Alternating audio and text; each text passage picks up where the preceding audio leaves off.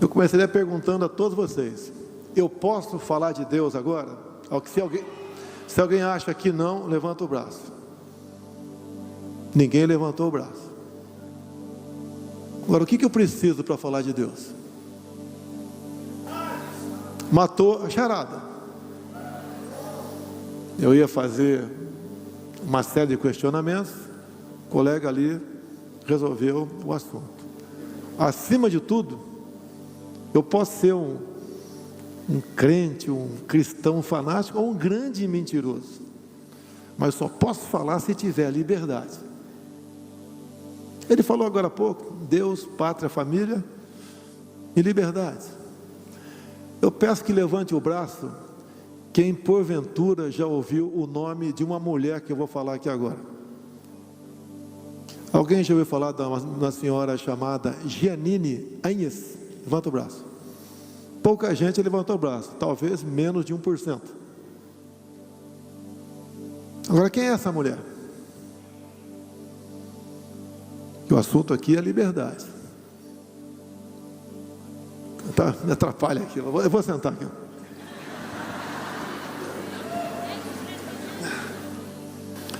Há poucos anos, o presidente da Bolívia, por uma questão política interna, o presidente Evo Morales fugiu para a Argentina. Se estiver errado, me corrija. Talvez tenha levantado o braço, né? Perguntei quem conhecia essa mulher, talvez vocês. Ele fugiu para a Argentina, uma instabilidade política interna, que é meio comum aqui na América do Sul. Quem assumiu a presidência da Bolívia, na escala hierárquica, quem assumiu foi a senhora Jeanine Áñez, aproximadamente 50 anos, uma loura. Tive uma vez com ela na vida, tive uma boa impressão dela, uma pessoa simpática, né? Um primeiro contato foi quase 10. Bem, o tempo passou, teve eleições na Bolívia e a turma do Evo Morales, o grupo político dele, venceu. Ele voltou da Argentina para o seu país. Pouquíssimo tempo depois, decretou-se a prisão preventiva da ex-presidente Jeanine Áñez. Está até agora? E a questão de aproximadamente 15 dias, ela foi julgada. Ela, o seu ministro da Defesa e seu chefe de polícia, que é um cargo importantíssimo na Bolívia. Todos foram condenados a 10 anos de cadeia. Aí te pergunta, né? Qual a acusação? Ela matou alguém, roubou, torturou? Alguém sabe? A não ser o pessoal da Bolívia. Alguém sabe qual foi a acusação? Prática de atos antidemocráticos. Alguém faz uma relação com o inquérito lá daquele ministro do Supremo? Atos antidemocráticos. Eu vi as imagens dela sendo presa. Quando você prende uma pessoa culpada, ela tem um comportamento.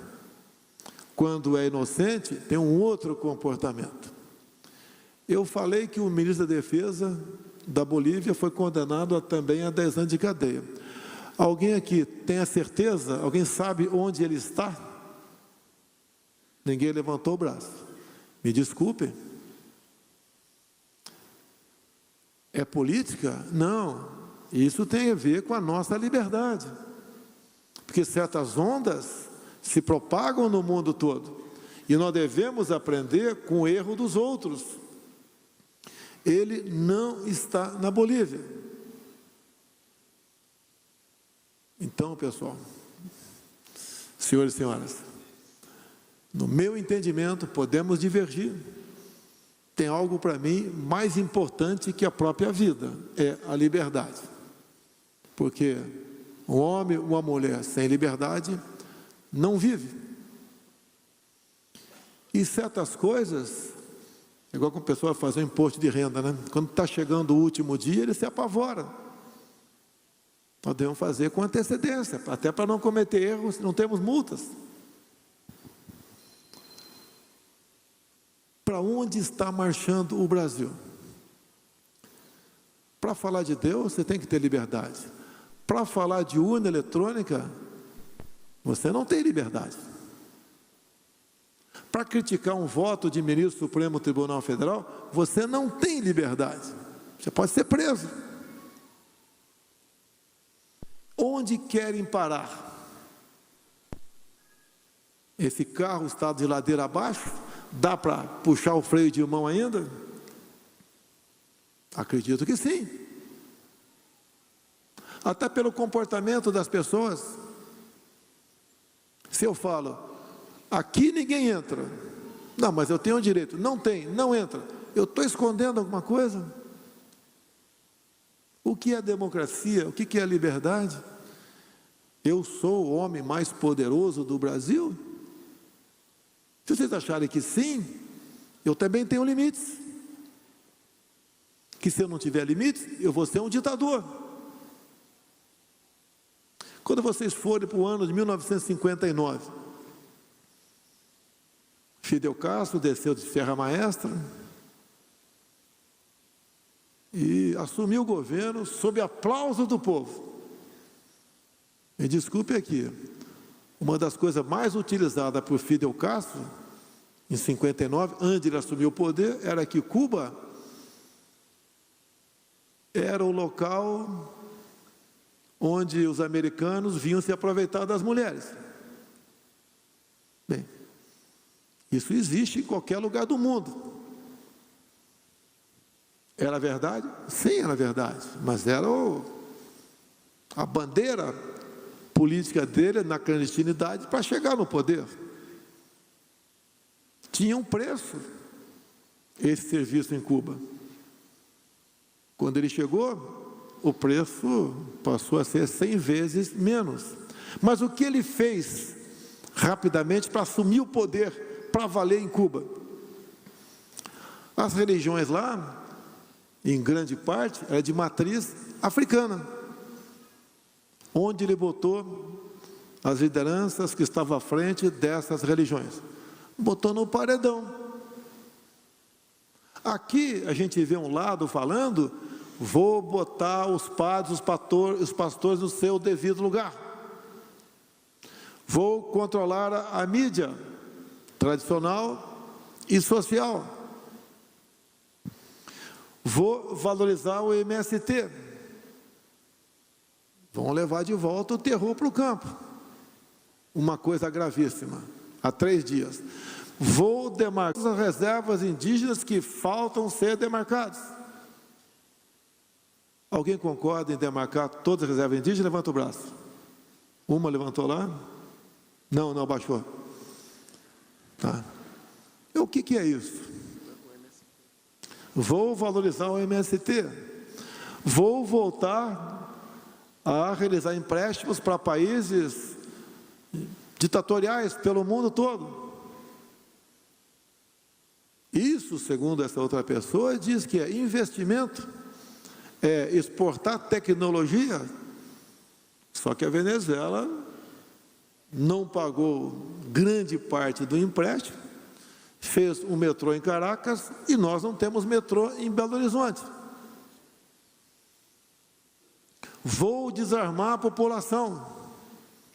Não vou falar de Bíblia aqui, que tem um general aqui à minha esquerda.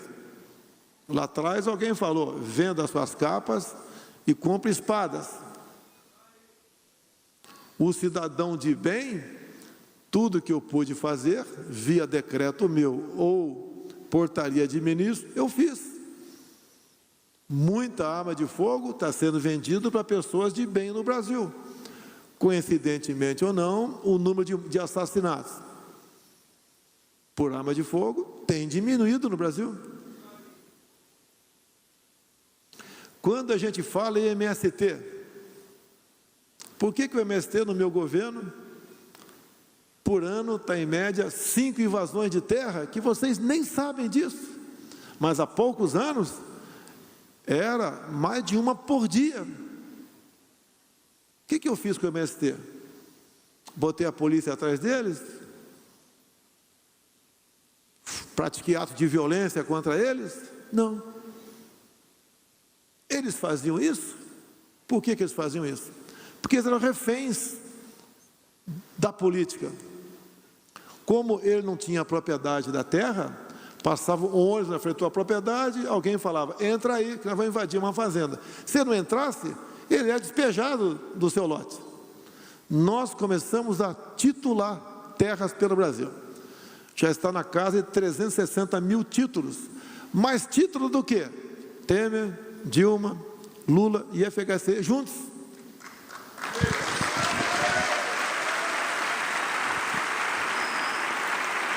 Nós demos dignidade e liberdade para o integrante do MST decidir. Liberdade. Se aproximava uma guerra Rússia e Ucrânia. O que eu fiz? Fui para a Rússia. Sob protesto da quase toda a mídia brasileira e muitos outros países que nós temos certo relacionamento. Conversei quase 3 horas com o Putin.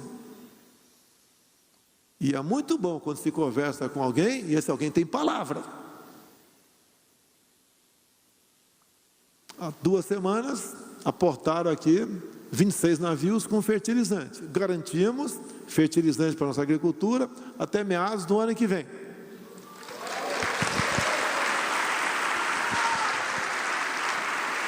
Não é apenas a nossa agricultura. Todos os chefes de Estado do mundo buscam algo conhecido como garantia alimentar. Até nós. Vocês vão para cá daqui a pouco, tem que ter alguma coisa no fogão, na geladeira ou na despensa. Se não tivesse, respeitosamente, muitos não estariam aqui. Estariam atrás de comida uma hora dessa. Sabemos do que pede o nosso espírito. E sabemos o que é, que somos nós, carnais.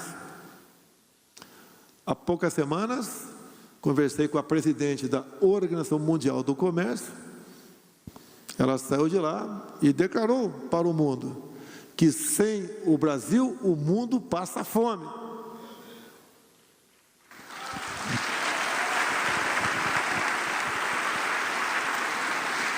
O que eu fiz há poucos dias? Fui aos Estados Unidos. O presidente Biden me convidou. Mas convidou como não convida? Todo mundo. Muitas vezes chega um convite, né? Comparecer no aniversário, no casamento, tal. Eu olhei aquilo e falei, não vou. É um jogo político. Depois dos Estados Unidos, né, o Brasil é um dos países mais importantes das Américas. Não pode ser um convite, vamos lá. Eu falei, não vou. Ele mandou uma pessoa, um ex-senador, secretário de Assuntos Estratégicos dele, conversar comigo. Acabando o tempo, avisa aí. Chegou, foi uma conversa franca, não tem rodeios, sei da estatura econômica e bélica dos Estados Unidos e sei a minha. Eu falei, olha,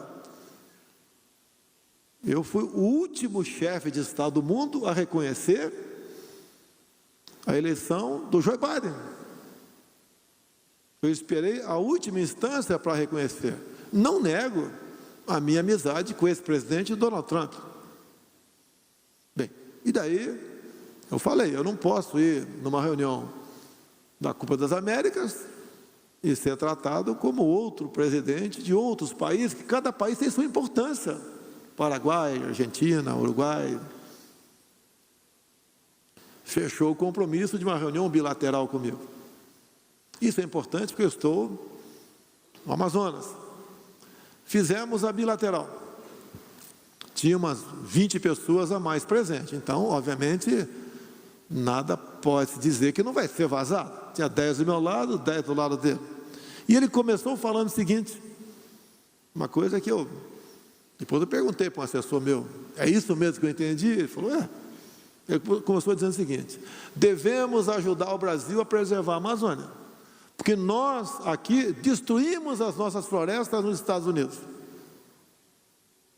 Então foi uma boa impressão por parte dele, que normalmente um chefe de Estado não reconhece erro de cometido por ex-presidentes. Dificilmente reconhece. Pode reconhecer internamente. Nessas conversas, não. E daí nós conversamos. E no final dos 30 minutos, eu me levantei e falei: presidente, eu quero agora uma particular com você. Só nós dois. E o intérprete, porque eu não falo inglês. Ficou ali o ministro França, Relações Exteriores, o correspondente do Biden também, e mais uma intérprete. E foi ali uns 40 minutos de conversa. Conversamos sobre muita coisa, né? Até eu falei, não vou falar o que ele respondeu. Eu falei para ele: como acabou uma guerra de um país na América do Sul em 1982? Alguém se lembra? Tem gente que em 82 estava maior de idade. Alguém se lembra dessa guerra de um país da América do Sul? Tudo bem. Argentina e Reino Unido. Como acabou essa guerra? Bem, ele respondeu para mim: não vou responder para os senhores. Terminou na mudança de nome, Falklands para Malvinas. E essa guerra, como vai acabar? O que ele respondeu para mim me satisfez. Alguns queriam que eu tomasse partido, não fosse para o equilíbrio. Se eu tivesse feito como era o politicamente correto no primeiro momento, o mundo estaria passando fome. E a inflação dos alimentos aqui teria disparado no Brasil. Eu quero a paz, mas eu sou o presidente do Brasil.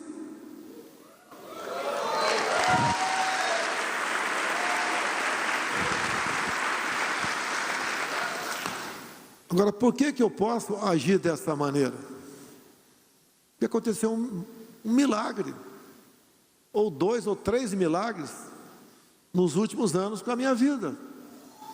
Se vocês perguntarem para os médicos que me operaram em Juiz de Fora, ou com aqueles que me trataram depois em São Paulo, eles falam: cada 100 casos semelhantes, 99 entram em óbito.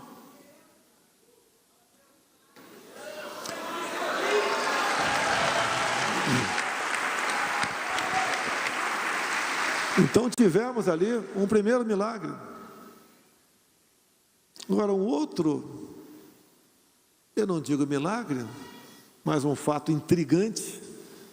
Se estiver sendo chato, me avisa que eu encerro. É que houve o primeiro turno das eleições. Em dado momento, eu estava lá em casa, no Rio de Janeiro, por volta das 2 da tarde, 13 horas da tarde. Eu falei: ganhei. Por que eu falei ganhei no primeiro turno? Porque o retrato na televisão, quase todo o Nordeste é apurado. Pouco do Sudeste é apurado. O forte da esquerda, o fortíssimo da esquerda é o Nordeste. E eu estava com 49%. E quando encerrou o primeiro turno, em vez de anunciar que eu ganhei, eu passei de 49 para 47. Eu, conversando lá, o que está errado nisso? Eu posso acreditar, e nós podemos acreditar numa máquina. Se você pegar uma calculadora tua aí, 200 mil vezes, falar 2 vezes 3, vai sempre aparecer meia dúzia. Agora, eu não sou obrigado a acreditar no operador da máquina. Daí, veio o segundo turno, estava preocupado, e nós ganhamos. Eu falei: o que aconteceu? A resposta, pessoal, é reveladora agora. No início de novembro, pinta uma denúncia na imprensa que tinha havido fraude nas eleições de 2018. Só frauda quem ganha. Ninguém vai fraudar para perder. É óbvio. E tínhamos uma presidente do TSE. E ela mandou imediatamente a Polícia Federal abrir inquérito. Deve ter passado na cabeça dela: por favor, não estou acusando, vamos tirar o Bolsonaro e botar o Haddad. Ou vamos resgatar a credibilidade do TSE, que tem uma denúncia grave de corrupção, de fraude.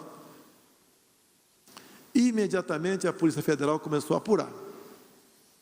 Por favor, peço que preste atenção. E havia interesse da senhora Rosa Weber em apurar. Talvez para me tirar de lá, tá? Ou talvez para dizer que não houve fraude. Rapidamente, então, o chefe de informática do TSE começou a entregar os papéis que a Polícia Federal pedia. Um dos papéis. Os hackers ficaram dentro dos computadores do TSE, desde início de março até o fim do segundo turno. Quem escreveu isso foi o TSE. E mais, o TSE informou que, além disso, um dos ministros, de nome Banhos, teve a sua senha capturada pelos hackers e eles navegavam nos computadores do TSE o tempo todo. Gravíssimo ou não é? Tem mais agora. Eu não entendo de informática, mas sempre procuro me informar das coisas. A Polícia Federal pediu os logs. O que é os logs? As impressões digitais do que aconteceu nesse tempo todo, em especial no dia do primeiro turno e no dia do segundo turno. Repito que são os logs. Se tem uma cena criminosa num quarto, nós vamos procurar impressão digital na janela, na maçaneta, num copo, na televisão. O que o TSE informou por escrito? 7 meses depois, os logs poderiam ser fornecidos no dia seguinte. Por que 7 meses depois? O TSE informou. O senhor Janine assinou e o documento está comigo. Os logs foram inadvertidamente apagados por uma empresa terceirizada que faz manutenções dos computadores do TSE. Acredito que não vamos discutir mais esse assunto. Eu pergunto para vocês, o pessoal joga na Mega Sena, muita gente joga na Mega Sena, e as apostas encerram aos sábados e quartas-feiras às 19 horas, encerrou, ninguém mais joga, e os números são sorteados às 20 horas. Se tivesse alguém que pudesse inserir um número sorteado, depois uma cartela sorteada, depois das 20 horas, vocês acham que esse alguém faria isso ou não? Óbvio que sim. Na Caixa Econômica, quando as apostas encerram às 19 horas, se faz um backup daquelas milhões de apostas e levam para outro computador longe dali. E dali, depois disso feito, é que aparecem os meia dúzia números da Mega Sena. Então, se alguém quiser inserir nesse computador um bilhete premiado, tem que inserir naquele também. Assim é a apuração da Mega Sena. A chance é próxima de 0 de fraude. Como são feitas as apurações no Brasil? Numa sala cofre. Ninguém tem acesso. O que há 2 semanas o presidente do TSE fez? Basta lembrar que o presidente do TSE é o mesmo que foi o relator da liberdade do Lula. E agora ele está conduzindo as eleições. Deveria se declarar suspeito. Mas não larga o osso. Entre tantas coisas, para encerrar esse assunto e ir para o encerramento nosso aqui. Ele fez uma reunião com 70 e poucos embaixadores ou representantes no TSE. Quem trata de política externa sou eu, um cidadão chamado Carlos França, que é o ministro das Relações Exteriores, mas ninguém. Eu não julgo nada de ninguém, eu não integro o Poder Judiciário, eu não voto nada, eu não sou parte do Poder Legislativo. Mas o ministro Fachin fez isso. Entre outras coisas que ele falou de forma indireta ou direta. Olha, estão atacando o sistema eleitoral brasileiro. São pessoas antidemocráticas, que querem dar golpe. Sugiro a vocês que assim que o resultado das eleições aparecerem no final da tarde, o início da noite, os seus respectivos chefes de Estado, presidente da República, primeiros ministros, reconheçam imediatamente a legalidade das eleições. Falam tanto que eu interfiro na Polícia Federal. Ninguém manda na Polícia Federal. O próprio diretor-geral, o próprio ministro da Justiça sabe das operações, muitas vezes, no dia. Se alguém pudesse interferir, quem me antecedeu teria deixado ir avante o Petrolão, o Mensalão? Não. Agora, o que fez o ministro Barroso no final do ano passado? Foi para dentro da Câmara, se reuniu com 11 líderes, determinou a eles que o voto impresso não poderia ser aprovado. Eu não sei qual foi o charme do ministro Barroso para conseguir isso. No dia seguinte, os líderes trocaram os seus integrantes da comissão especial que analisava a PEC do voto impresso, e o voto impresso, perdemos. Política, eleição, democracia, a alma dela é o voto. Quem cada um de vocês votar, vocês têm que ter a certeza que o voto foi para aquela pessoa, não interessa quem ela seja. Então nós temos um quadro pintado aqui. Nós vimos deputados sendo presos, apesar do artigo 53, e quando se fala em artigo 53, até 2001, estava escrito no artigo 53, deputados e senadores são invioláveis por palavras, opiniões e votos. Ponto final. O que nós botamos em 2001? Que eu estava tendo dúvida. Botamos um pronome indefinido chamado quaisquer.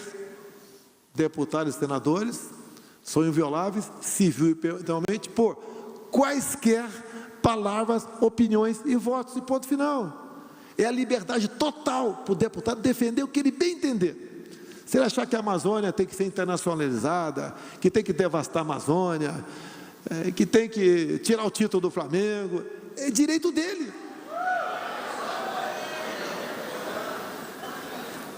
Mas hoje em dia, tem parlamentar aqui. Você, por enquanto, de palavras, opiniões e votos, você só tem imunidade para votos. Por enquanto. Pessoal, se fazem com parlamentar, o que não vão fazer com vocês? Nós temos que aprender com o erro dos outros, meu Deus do céu. Com a Jeanine Enes, com a punição de atos antidemocráticos. Quais foram os atos da Jeanine? Foi ter assumido a presidência numa escala hierárquica. Acharam que não, ela não podia assumir, cometeu um ato antidemocrático. A gente vê por aí, e não é mais coisa rara, como é do meu tempo lá atrás, culpados sendo inocentados, inocentes sendo punidos. Qual é a mensagem que eu estou dando para vocês? Que não é apenas para vocês, porque está tendo aqui um sinal aberto. Vamos zelar pela nossa democracia, pela nossa liberdade, enquanto ainda há tempo. Olha, uma revelação para vocês. Vocês lembram do 7 de setembro do ano passado? Eu não fiquei sabendo de nenhuma lixeira revirada, uma vidraça quebrada, alguém que foi à delegacia, nada. Muitos de vocês, pessoal simpático, a minha pessoa, vai na rua com a esposa, com a vovó, com o filho, com o bebê. O que a imprensa falou? Um ato violento, atentatório à democracia, 7 de setembro. Muitos queriam que eu metesse o pé na porta, ou não era isso? Vamos lá. No dia 9 de setembro, chegou a Brasília o senhor Michel Temer. Eu, ele e um telefone celular. Quem estava no Viva Voz? Alexandre Moraes. Conversei 3 vezes com ele, acredite se quiser. O Temer estava lá, ninguém nega. A carta eu assinei, vocês viram. Eu me descapitalizei politicamente.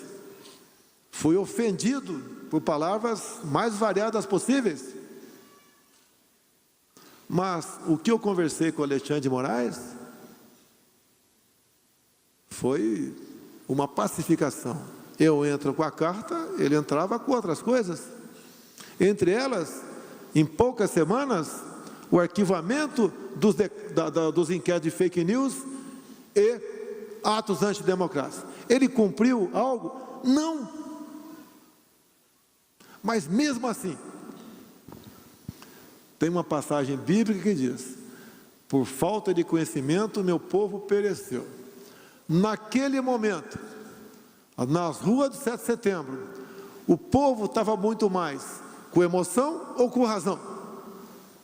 Com emoção. Qualquer medida minha, drástica, eu posso ser herói por 2, 3 dias. Como é que ficariam outros países no tocante a barreiras econômicas em relação ao Brasil?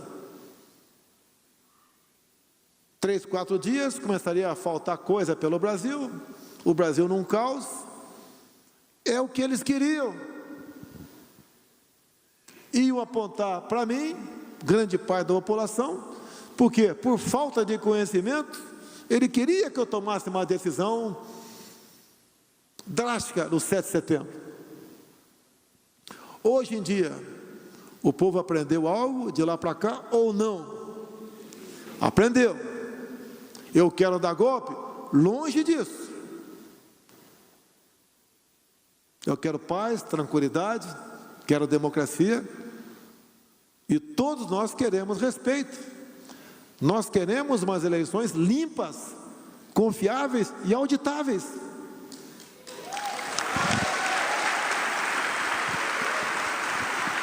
Isso é pedir muito?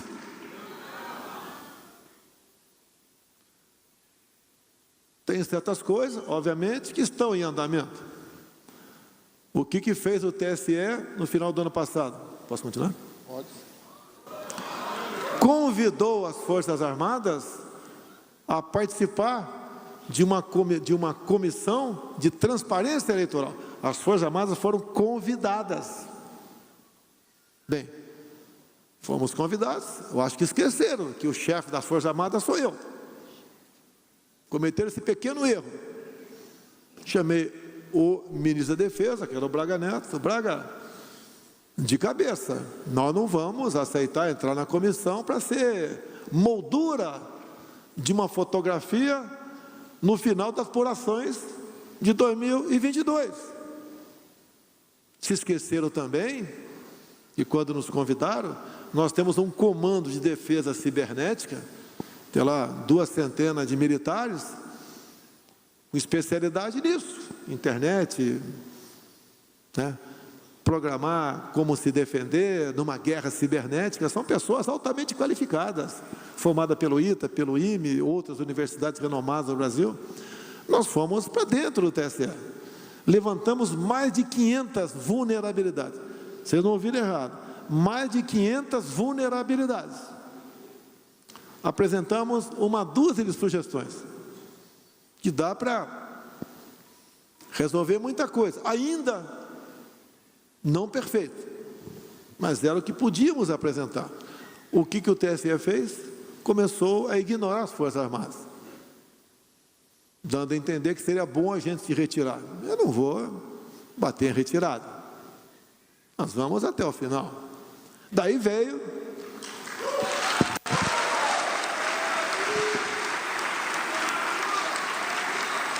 o senhor Fachin e falou que eleições são questões para forças desarmadas.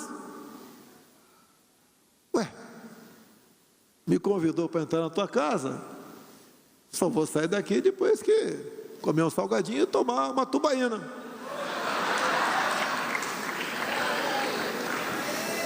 Não vou prosseguir, mais coisas temos conosco. Alguns falam que a imprensa, que eu estou falando isso porque estou com medo de perder. Entrego sem problema nenhum.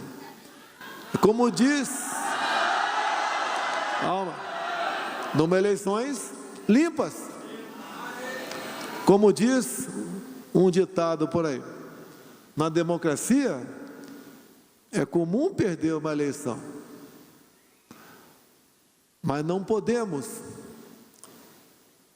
perder a democracia numa eleição. Isso tem a ver, quando eu comecei aqui perguntando a vocês se eu poderia ou não falar de Deus. Eu só posso falar de Deus se tiver liberdade. Alguns falam que vocês devem se afastar da política. Não. Da política partidária, tudo bem. Que é muitas vezes um fla-flu. Mas da política com P maiúsculo, vocês têm que se interessar por ela. Porque se vocês não se preocuparem com a política hoje, os políticos de amanhã vão caçar a palavra de vocês aqui. E se caçar só a palavra, está até bom. Porque o que fizeram em Cuba foi botar quem tinha a palavra no paredão. Vamos ao nosso Brasil para ir para o encerramento. Todo mundo está sentindo aqui o peso da inflação. Combustíveis, deve estar sabendo da guerra que está traçando. Conversei ontem com o líder do governo e com o presidente da Câmara para a gente abrir uma CPI segunda-feira. Vamos para dentro da Petrobras.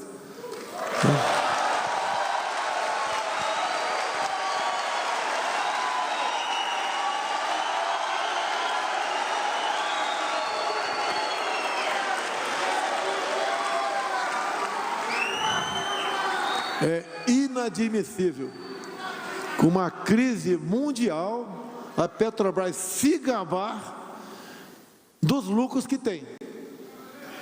Só no primeiro trimestre foram 44 bilhões de lucro, nunca visto na história. Quando fala em primeiro trimestre, pegou uma parte da guerra da Rússia com a Ucrânia. E na lei das estatais está escrito que essas empresas têm que ter também um fim social. Ninguém quer interferir nos preços. Mas esse spread, esse lucro abusivo, a diretoria, os seus conselheiros, o seu presidente poderia resolver. É complexo, eu tenho a resposta, sei o que estou falando, mas vamos encerrar por aqui. Na última sexta-feira, infelizmente, com o anúncio do aumento dos combustíveis, os minoritários, e grande parte dos minoritários, empresa de fundo de pensão dos Estados Unidos, que ganha em média 6 bilhões por mês, dinheiro de vocês que bota combustível nos carros, a Petrobras perdeu no seu valor 30 bilhões de reais. Acredito que na segunda-feira, com a CPI, vai perder outros 30. Eles não pensam no Brasil. Virou o Petrobras Futebol Clube para o seu presidente, diretores, conselheiros e dito minoritários. Um apoio fantástico da Câmara dos Deputados na pessoa do Arthur Lira, esse alagoano. Já conversei com um parlamentar que está me acompanhando aqui. Vão assinar a CPI. Vamos ver os contratos, como são feitos. Eu tenho o meu entendimento. Não vou falar aqui porque eu posso me equivocar e não quero ser acusado de mentiroso lá na frente. Mas vamos resolver o problema da Petrobras. Dá para ter o preço dos combustíveis. Agora, o que vocês sentem no bolso, se fosse só no Brasil, poderia me culpar, mas é no mundo todo. É muitas vezes uma briga em casa, que a esposa ou o esposo, aconteceu uma questão ali, ou está acontecendo no bairro todo, a gente vai brigar por causa disso? E é nesse momento de crise, de dor, de sofrimento, que você vê quem é o amigo que está do teu lado, ou quem é amiga ou amigo, né? O esposo ou esposa. Se o casamento é para valer, ou tinha outros interesses. No Brasil não é diferente. Encerrando pela terceira vez.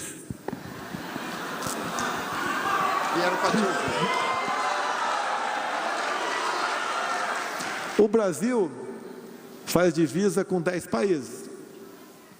É isso mesmo, certo? Eu vou ver se eu consigo citá-los aqui.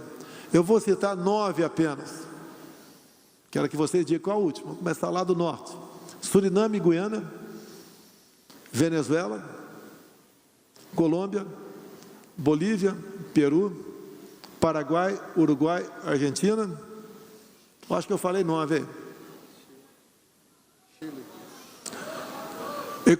Chile e Equador está fora, tá? Não faz divisa com o Brasil.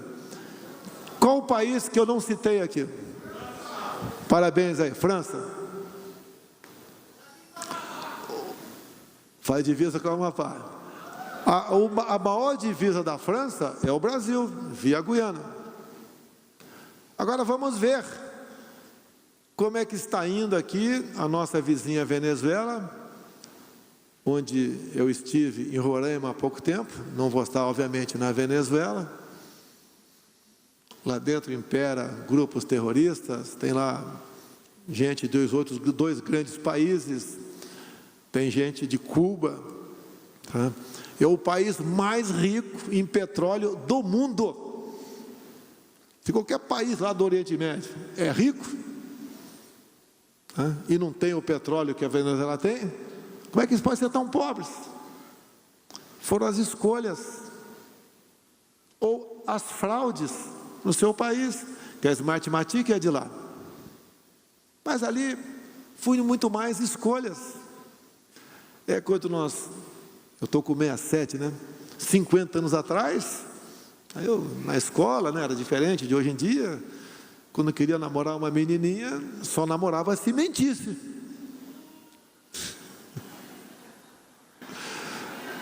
Ou não era? Eu vou te dar um lote na lua. Enquanto não faltar água no mar, não deixarei de te amar. Vamos reconhecer, pessoal. Você não quer que um moleque de 17 anos, né, vá namorar alguém? Coisa mais difícil namorar alguém naquele tempo, se não contar uma mentirinha, né? Isso é lá atrás, na nossa juventude. Obviamente isso não é a regra nossa. Ninguém aceita a mentira. Mas para aquele fim, às vezes a gente se perde. Está com a pessoa do lado ali, não sabe onde está, tá? E a recíproca é verdadeira.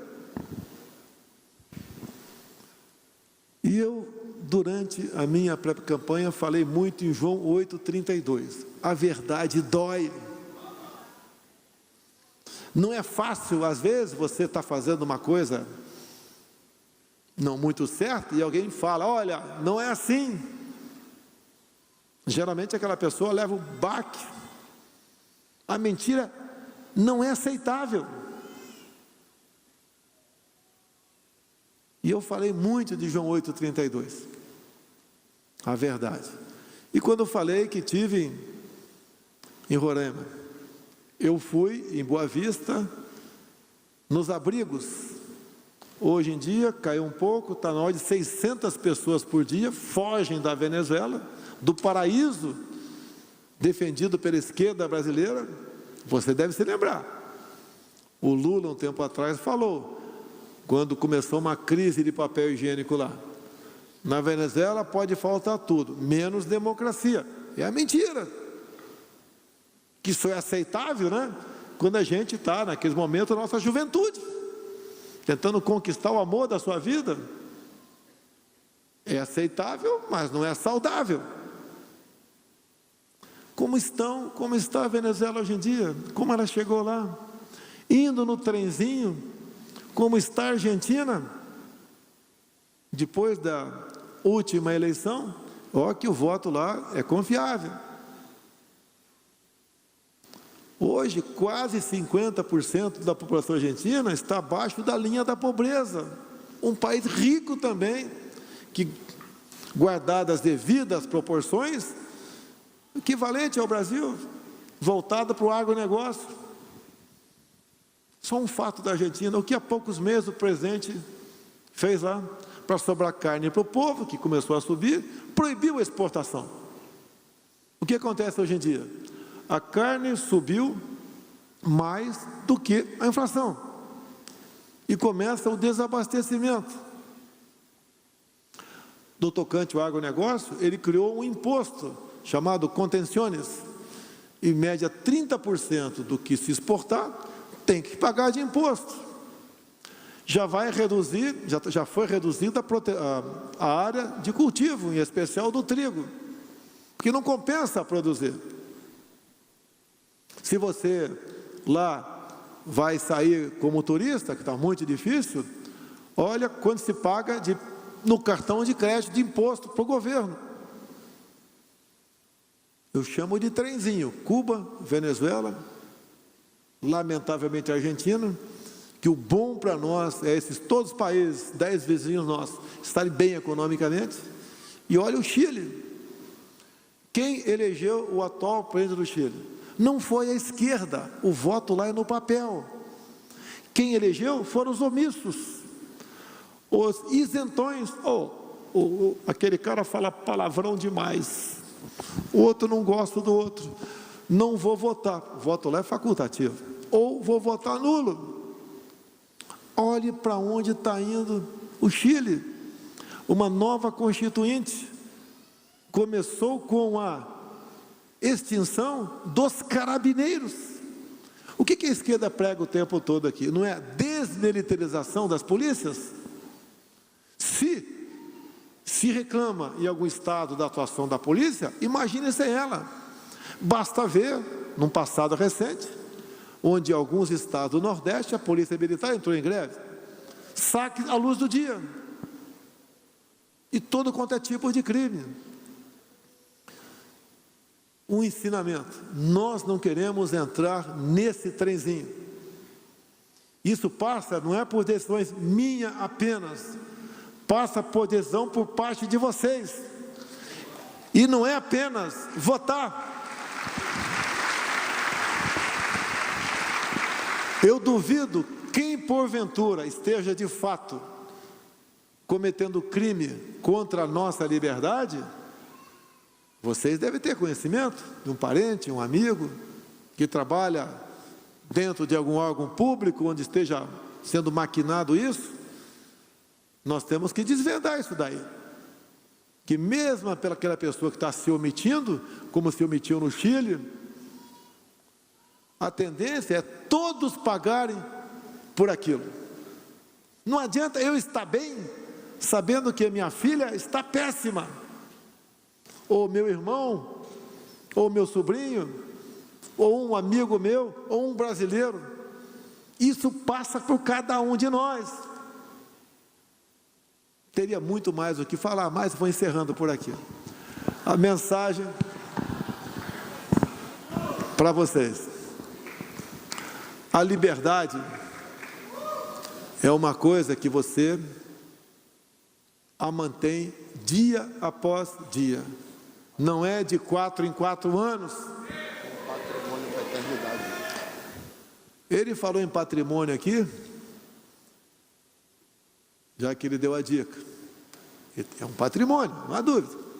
Mas hoje em dia, qual é o nosso maior patrimônio? Eu pergunto: é a lancha? É a casa? É um carro? Agora você errou. O maior patrimônio nosso são os nossos filhos.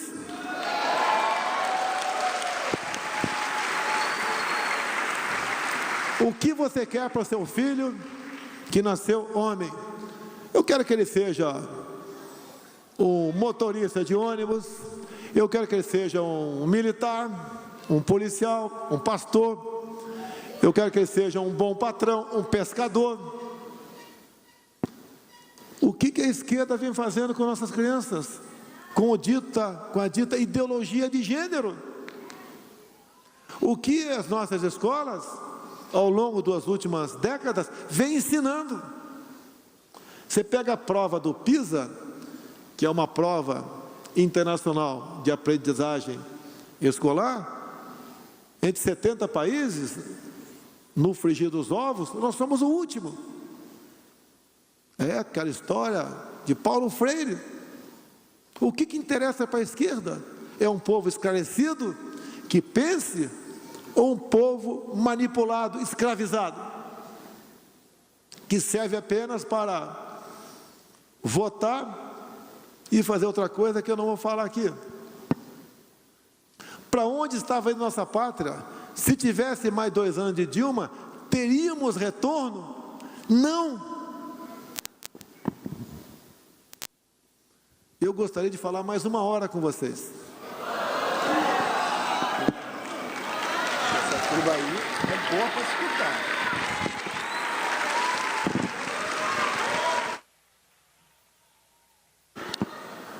Eu vou contar uma história aqui, real, para vocês começarem a conhecer as pessoas. Por vezes, você vê uma pessoa maravilhosa na tua frente, aquilo é casca, é maquiagem, é aquele momento. Como muitos pastores me dizem, né? Aqui na frente, alguém pode mentir, mas não vai mentir para si próprio, nem para ele. O preço, mais cedo ou mais tarde, acontece. Chega a fatura para pagar. Você deve se lembrar de um terrorista, né, italiano chamado Cesare Battisti. Ele foi condenado na Itália por 4 homicídios, 2 contra policiais. Fugiu para o México. Depois foi para a França. Foi confirmada a sentença dele num tribunal de direitos humanos europeu. Fugiu para o Brasil. Ele integrava um grupo terrorista, olha só, chamado PAC, Proletários Armados para o Comunismo. Que nome bonito, né? O PAC não foi por acaso, meu Deus do céu. O Programa de Aceleração do Crescimento. Veio para o Brasil. Foi descoberto aqui, foi detido. Poucos meses depois, teve a liberdade, governo Lula. Obviamente, a Itália querendo sua extradição, até que o Supremo Tribunal Federal falou o seguinte: compete ao presidente da República extraditá-lo ou não. Quem era o advogado de Cesare Battisti? Barroso. Vamos continuar. No penúltimo dia de governo, o senhor presidente Lula concedeu o asilo para o Battisti, ou seja, passou a ser um cidadão brasileiro. Ninguém mais pode tirá-lo do Brasil. O que aconteceu imediatamente após a minha eleição no segundo turno? Primeiro, os cubanos foram embora. Eram médicos tão bons que não serviam à presidência da República, serviu o povo humilde. O que mais aconteceu, além dos médicos cubanos, voluntariamente irem embora, e vocês devem se lembrar de cenas de fila em aeroportos. Eles tinham que fugir, né? Que eu ia assumir, não ia prender ninguém. Eu ia pegar, vem cá o cubano. Benzetacil, é endovenosa, é intramuscular ou é oral? Não iam responder.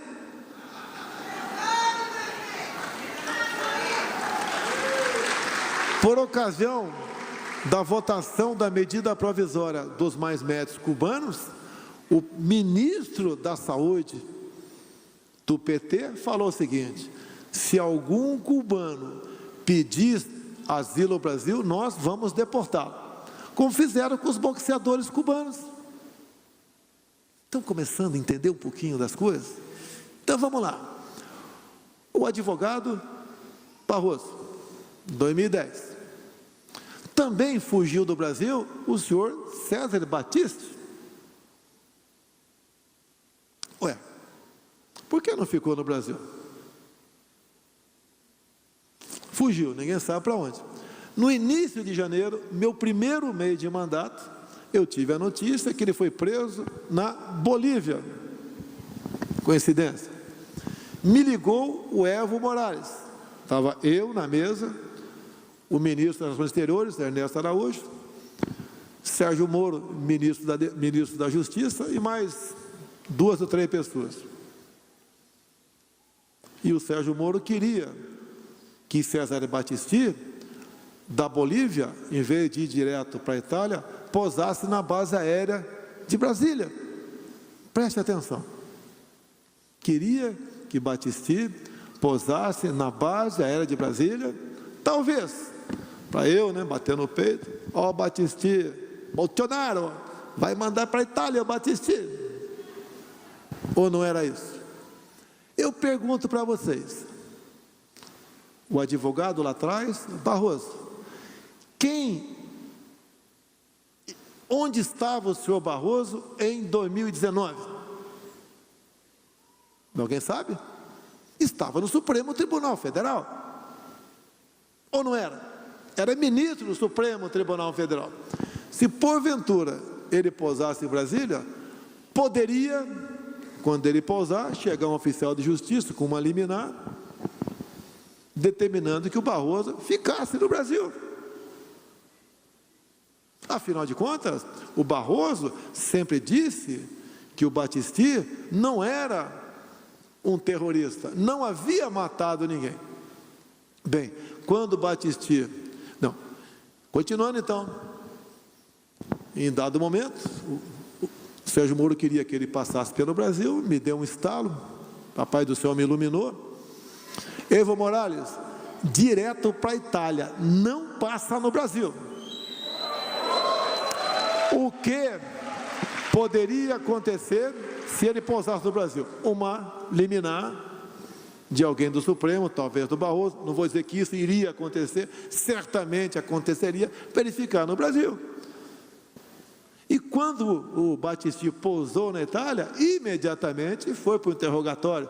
Imediatamente ele confessou os 4 homicídios. Um relojeiro, um açougueiro e 2 policiais. Há pouco tempo você viu, né?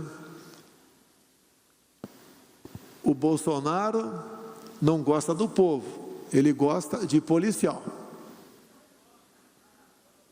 Tem um vídeo agora, recente, do presidente Lula, dizendo claramente: eu negociei com o Fernando Henrique Cardoso a libertação dos sequestradores de Abílio Diniz. Ali tinha gente do Canadá, gente da Argentina, gente do Chile, mais algumas pessoas, e um brasileiro de nome Raimundo. Ou seja, Fernando Henrique comutou a pena, deu anistia do sequestrador de Abílio Diniz, o brasileiro Raimundo, e mandou para os seus respectivos países, havia uma pressão muito grande do Canadá, os demais sequestradores. Eu pergunto a vocês, se alguém sequestrar um filho de vocês, porque o sequestro foi por grana, e pedir para vocês, de acordo com o poder aquisitivo de cada um, obviamente, 10 mil, 20 mil, 100 mil, 1 milhão, como é que você se sente? Se falar que vai matá-lo o tempo todo, se mandar um pedaço do corpo do seu filho para você, paga, faz o DNA para provar que está comigo, ou mato. Caso esse crime fosse desvendado, como foi o caso sequestro de Abílio Diniz, você queria que esse sequestrador fosse posto em liberdade? E qual o argumento que o Lula usou? E conta no vídeo. Porque já estavam presos há alguns anos e estavam fazendo greve de fome. E daí resolveram fazer uma greve de líquidos. O Lula procurou o presidente Fernando Henrique Cardoso e falou: olha, o Lula contando isso, olha, se nós não libertarmos as pessoas, elas vão morrer. Como é que fica a tua biografia, Fernando Henrique, pelo mundo, se você poderia salvar a vida desses meninos? No vídeo dele está assim, eu te passo, você passa para o pessoal.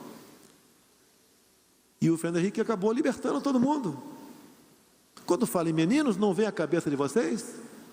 Eu não posso admitir que a polícia militar trate com maldade jovem só porque está roubando um celular para tomar uma cervejinha. Meu Deus do céu! Um candidato que fala isso, que vai botar os pastores e padres nos devidos locais, que vai legalizar o aborto, que vai legalizar aí as drogas. Esse cara tem voto ou só tem apenas números no Datafolha? Mas quando abrir as urnas, ou melhor, quando os votos forem contados dentro da sala cofre e for anunciado o resultado, e o mundo, em especial um grande país que tem interesse aqui em nossa pátria, reconhecer como legítima eleição, o que o possível derrotado vai fazer? Vai entrar com recurso no Supremo Tribunal Federal? Eu prefiro entrar com recurso no Tribunal Estudantil. O que eu estou fazendo aqui agora? Falando, aqui talvez, umas 400 pessoas, 300, não sei, né? Mais de 1000 pessoas, não sei. Falando para uma sinal aberto de televisão ali, o que eu estou fazendo aqui? Eu estou mostrando a vocês algo que não precisava mostrar. É muito mais fácil eu estar do outro lado do balcão. Qual presidente falaria isso para vocês? E com clareza, riqueza de detalhes e com verdade. O que eu estou querendo com isso?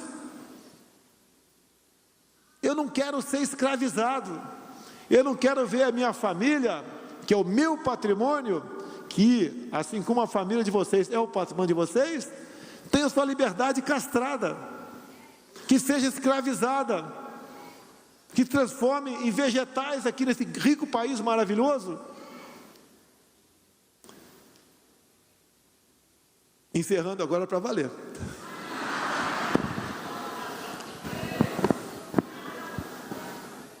Porque tem gente que acha que não vai ter ponto final, ele é imortal. Principalmente 3 que gostam de usar uma roupa preta. Todos nós vamos ter um ponto final um dia. E desculpa aqui, até a gente vê a história que Lázaro ressuscitou, mas morreu depois, né? É isso, eu não conheço a Bíblia direito, já li uma vez, mais ou menos assim, não? Quem nasce e não cumpre propósito, quem nasce e não cumpre propósito morre 2 vezes. Então vamos lá. Nada temeis, nem mesmo a morte, a não ser a morte eterna.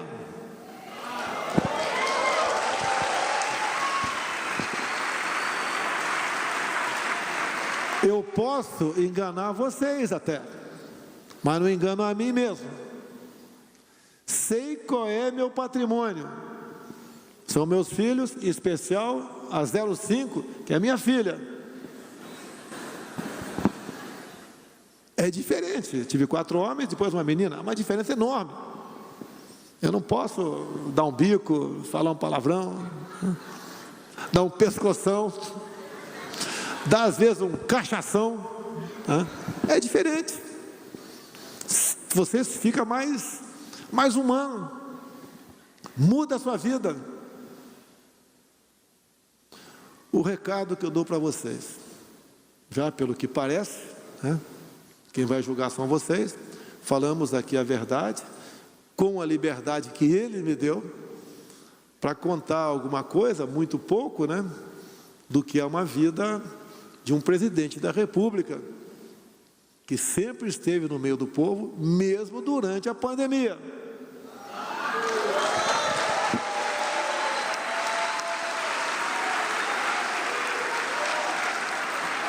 Eu fui, pelo que sei, o único chefe de Estado do mundo que foi na contramão do politicamente correto para tratar da pandemia.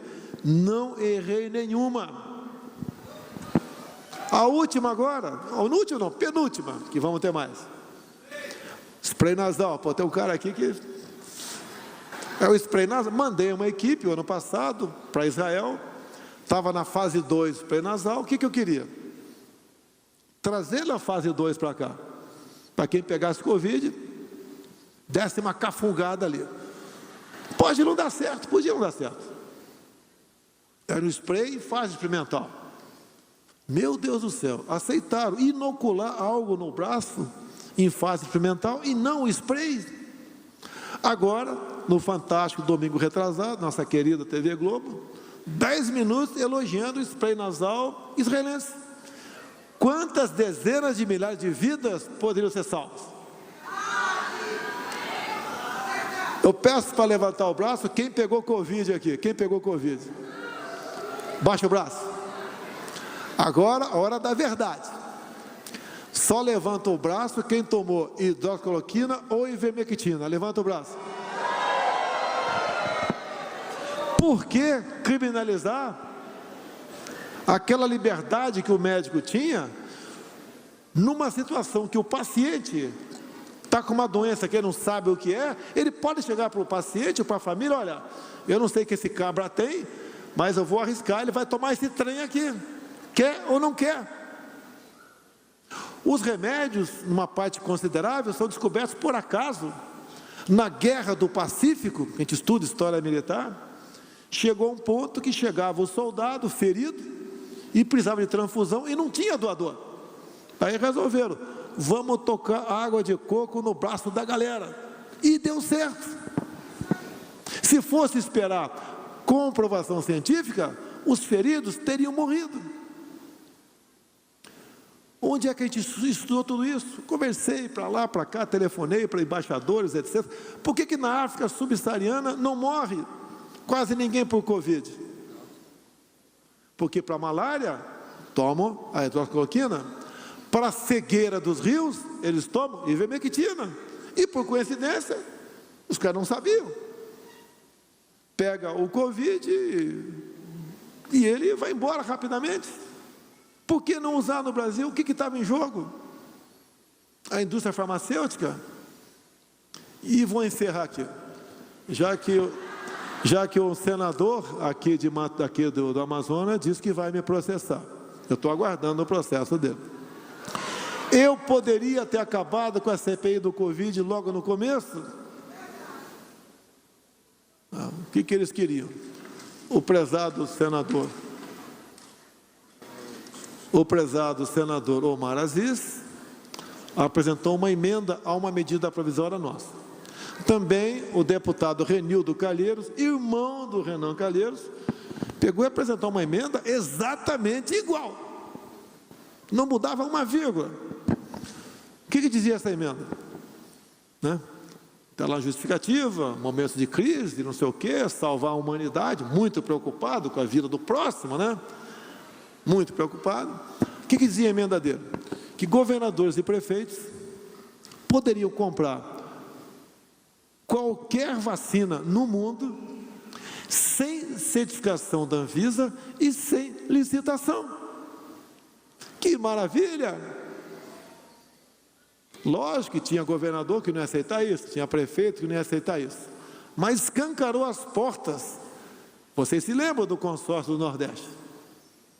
Lembram da CPI do Rio Grande do Norte? Onde desviou-se 50 milhões de reais para comprar respiradores. Imagine a festa. Está resolvido o assunto. Eu vetei, trabalhamos contra. A CPI prosseguiu quase um ano, pancada todo dia. Não acharam nada e não iam achar nada. Daí me denunciaram, entre outras coisas, que eu tinha a intenção de comprar a Covaxin. Eu não comprei nenhuma dose, não paguei um centavo. O crime que eu teria cometido, segundo o Omar Aziz, é da intenção. Ele leu meus pensamentos, será que eu estava pensando isso mesmo? E, inclusive, a compra da Covaxin, a negociação, segundo um cabo da PM de Minas Gerais, que estava negociando, com alguém do Ministério, 400 milhões de doses, com a propina de $1 por dose, 400 milhões de reais. 400 milhões de dólares, 2 bilhões de dólares. E não existia, naquele momento no mercado, 1 milhão de doses de qualquer tipo de vacina em lugar nenhum no mundo. É a mesma coisa que eu escrever, desenhar uma pistola no papel e apontar para você, e você me acusar de tentativa de homicídio. Isso é um pouco da política brasileira, um pouco do caráter das pessoas. E a vantagem minha, por Deus que está no céu, jamais usaria seu nome em vão. Nada devo desde quando assumi a presidência em 1º de janeiro de 2019.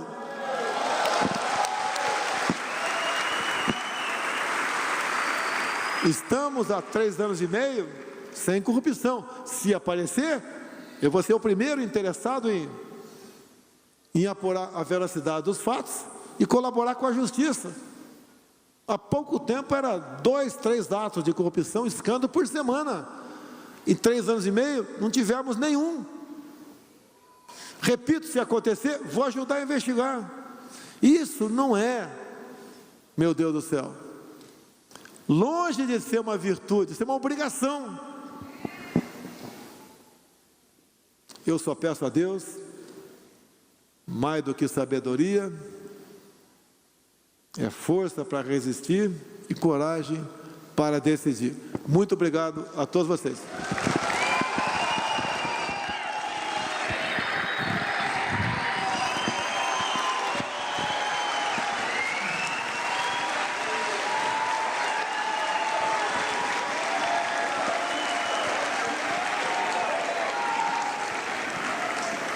Senhoras e senhores, neste momento queremos declarar encerrada esta cerimônia.